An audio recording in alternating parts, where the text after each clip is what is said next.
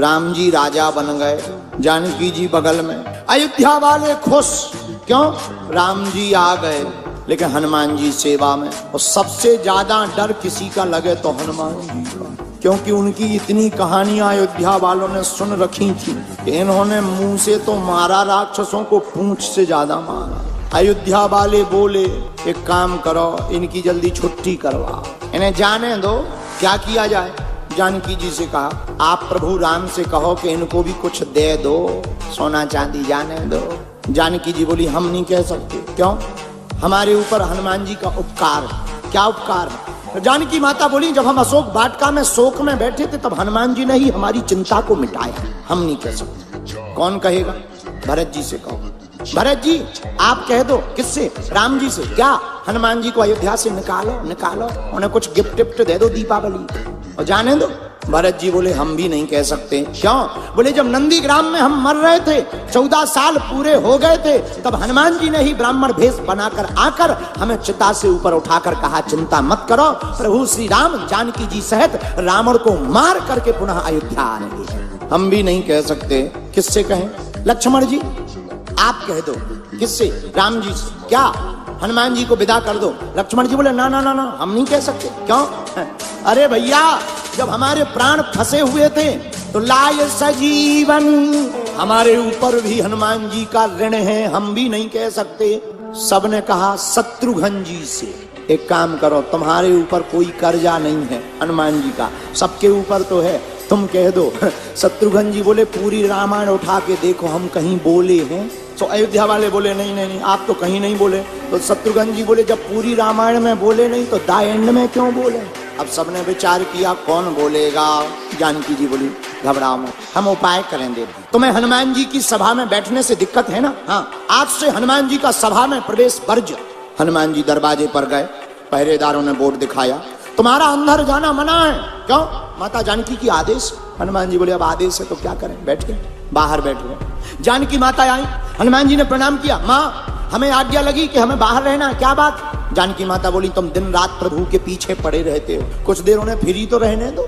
हनुमान जी बोले ठीक है, प्रभु आज्ञा दे देंगे, हम मान जाएंगे। सभा में राम जी ने बुलवाया, हनुमान जी क्या बात है, आज तुम देर से क्यों आए? हनुमान जी बोले नहीं आ तो गए थे हम टाइम पे, बस हमें ब्रेक लगा दिया गया। किसने? जानकी माता ने। क्या बात है, क्यों रोका? जानकी माता बोली प्रभु चरणों की सेवा यही रोज रोज करते हैं, बदल देना चाहिए, व्यक्ति दूसरों को भी लाभ मिलना चाहिए। हनुमान जी बोले हम तैयार हैं, हमें दूसरी सेवा दे दो। क्या सेवा दें?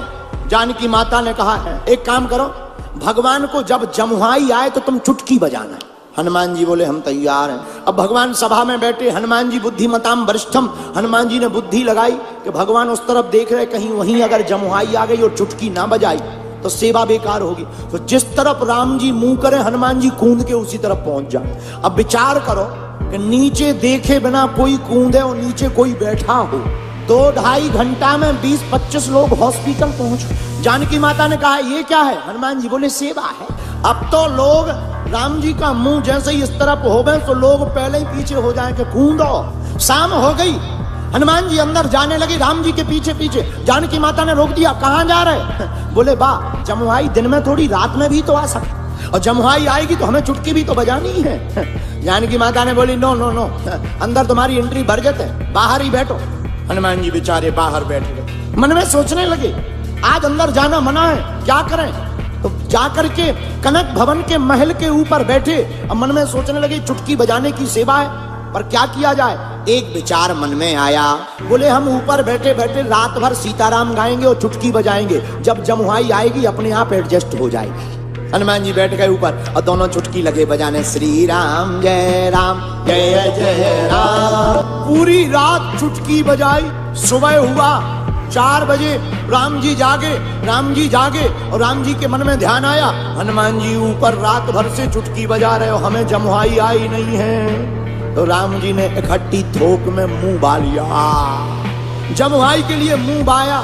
1 minute 2 minute 3 minute 5 minute 10 minute हो गया, मुंह बंद ही ना करें। जानकी माता ने 2 मिनट देखा, 3 मिनट देखा, 10 मिनट देखा, 15 मिनट देखा। जानकी माता ने हिलाया, उठो।